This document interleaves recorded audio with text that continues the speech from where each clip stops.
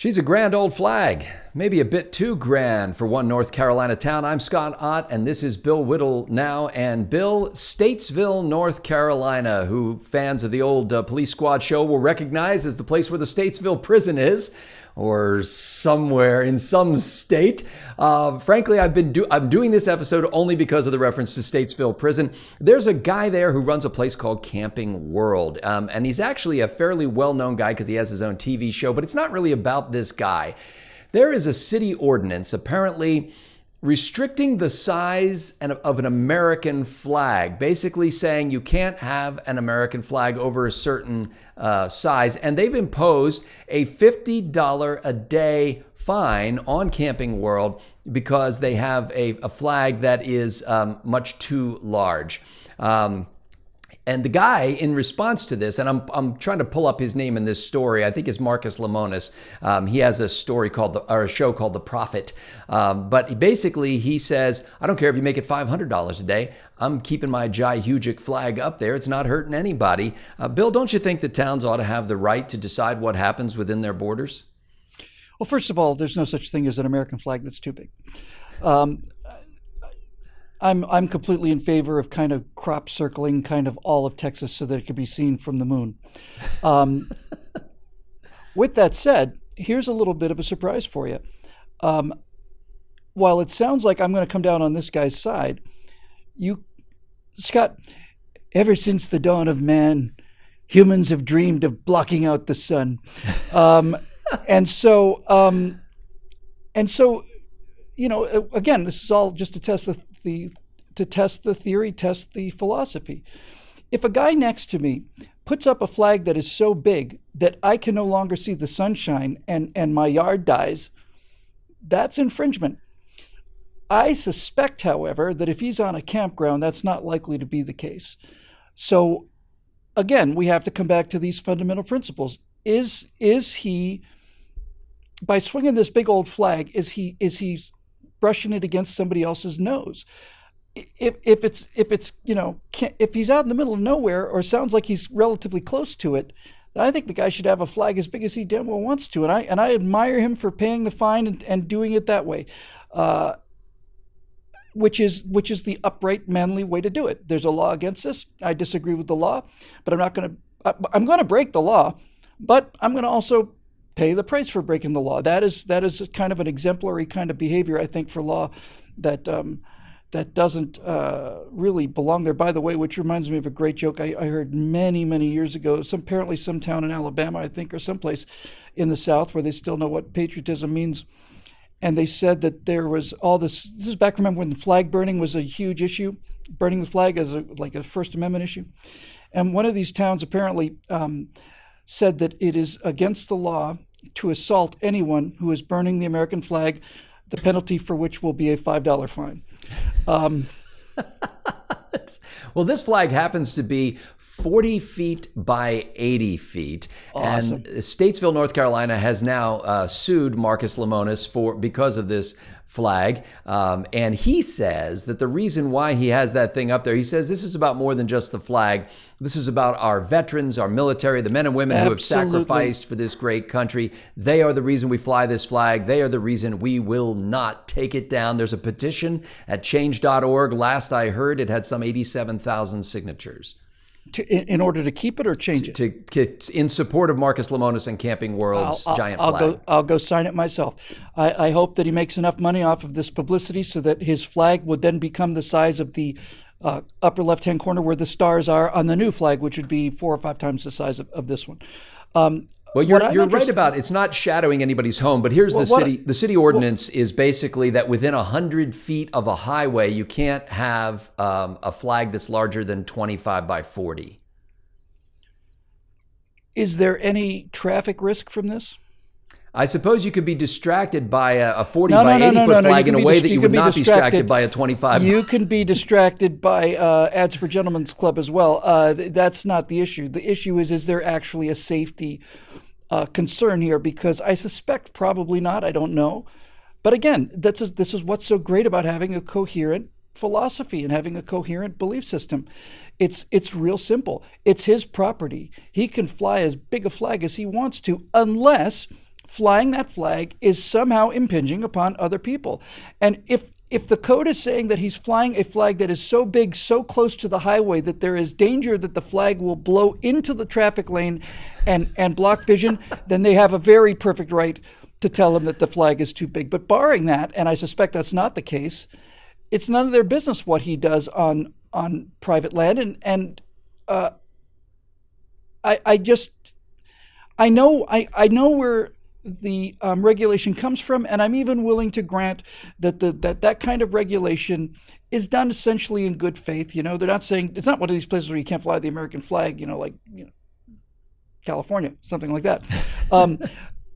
So it seems like one of these kind of automatic bureaucratic reflexes that the kind of things that they just love to do. No flag shall be flown within 100 feet of any throughway, highway, or. Well, apparently they reconsidered this at an October meeting in 2018, and they tried to amend the ordinance to allow for a flag of this size, but the motion failed on a 3-5 vote.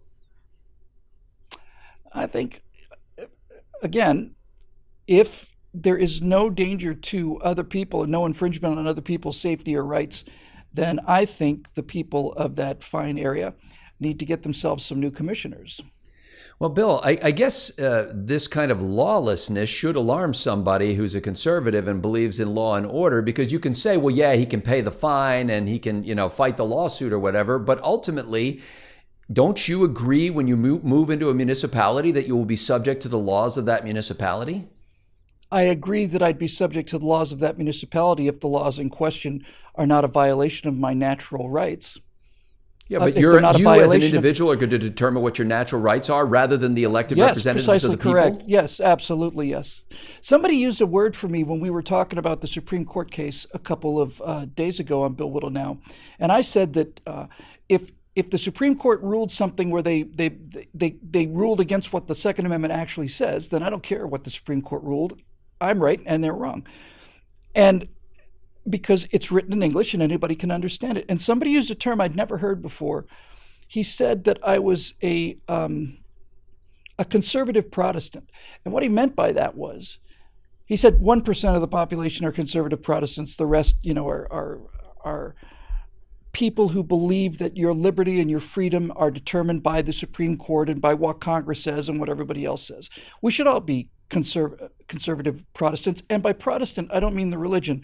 I mean he meant the idea that the entire Protestant revolution was the idea that any individual could talk directly to God without having to go through a priest to translate it into Latin so that God could understand it.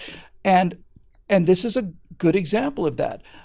This law, again, we have to always be crystal clear on this. We don't know all the details of the case, but from what's presented to me, this man is flying a flag on his private property. He can do whatever they're building a Mount Rushmore directly overhead here. He can do whatever he wants on that private property, and nobody has any business to tell him otherwise. And if people, pointy-nosed little people are going to tell him that he can't do this, it's no different than them telling him he can't say anything on his own property, or he can't put a sign up on his own property, or he can't do whatever he wants to. It is a freedom of expression issue. It's protected by the First Amendment. And as a reasonable person, the only way I can see to restrict that person's freedom is if you can prove conclusively that he is doing harm to other members of the public. And I mean physical harm. Well, Bill, you don't really have to prove that because the law has already been passed. Isn't it incumbent upon him to say, well, if there's a restriction within 100 feet of a highway, then I'm going to move my flag more than 100 feet from a highway, or I'm going to move my whole business to an unincorporated area that doesn't have these kind of restrictions? No. Why should he have to move? He's in the right. He's the one who's expressing God-given natural laws and exercising his rights. In your opinion? Have to move. It's not my opinion. It's crystal clear. Natural law and natural rights, the entire concept of all of this, the fundamental philosophical basis of conservatism is that that there are laws created by men, and that there are laws created either by God or by morality, whatever you want to call it. But natural law says that there are inherent rights and inherent privileges and inherent prohibitions that are granted to you upon birth. The Constitution of the United States does not grant you these powers. The Constitution simply says that the government can't take them away. And so if this man is using his private property to express himself, and the city says no because they don't like it, it's time to get a new city. That's what I'm saying. No. It's time to get a new city. He can move somewhere else. No, he does not have to move somewhere else. He doesn't have to move somewhere else because he doesn't have to, but he can, or he can obey the local law. No, he can do no. What he should do is he should do exactly what he's doing. He's not a scofflaw. He is breaking the law, but he's not a scofflaw. He's paying the fine. He understands he's breaking the law and he's paying the fine. So he's not a scofflaw. But the city council's wrong on this one.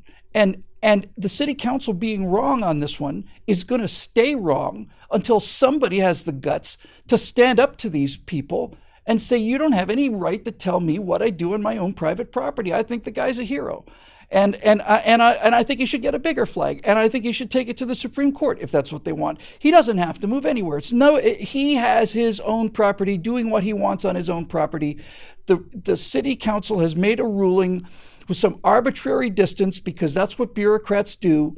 And the fact that this guy is staying to fight for this makes him an American hero. The case was already taken in 2015 to the state level. Now, the story that I'm getting from WSOCTV.com, which is a local channel that serves the Statesville area, it does not clearly say that it went to the state court or whether it was the state legislature. But in any case, in 2015, the state said that the store could not fly the flag because of the city ordinance. So he's already bumped it up line one level. And now the state of North Carolina has said, you're in the wrong. Your individual rights as you perceive them don't trump the laws that your elected representatives have made.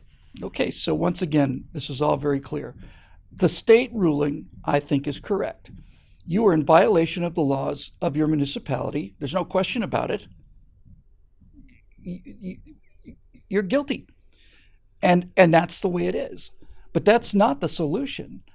The solution is to get city council members who are going to take this kind of restrictive law off of the books. And his response to them reminds me so much of only one thing really in the pop culture, and that's a scene very early in Citizen Kane where the guy who is trustee basically says, Mr. Kane, you're running this newspaper, you're losing $1 million a year. $1 million a year. Of course, this film was made in 1940, so this enormous amount of money. And Orson Welles looks at him and he goes, you're right. We lost $1 million last year. We'll lose $1 million this year. I expect I'm going to have to lose another $1 million next year. Mr. Bernstein, I'm going to have to give this up. I don't think it was Bernstein. Mr. Whatever, I'm going to have to give this up in 63 years. And that's how I feel about this one. I think he's absolutely right. And everything is clear. He's breaking municipal laws. The state is right. He's breaking municipal laws. The state is not ruling on the municipal law. They're simply saying, is he breaking the law? Yes, he is breaking the law. He knows he's breaking the law. He's paying the fine for breaking the law. He says he's prepared to pay a bigger fine.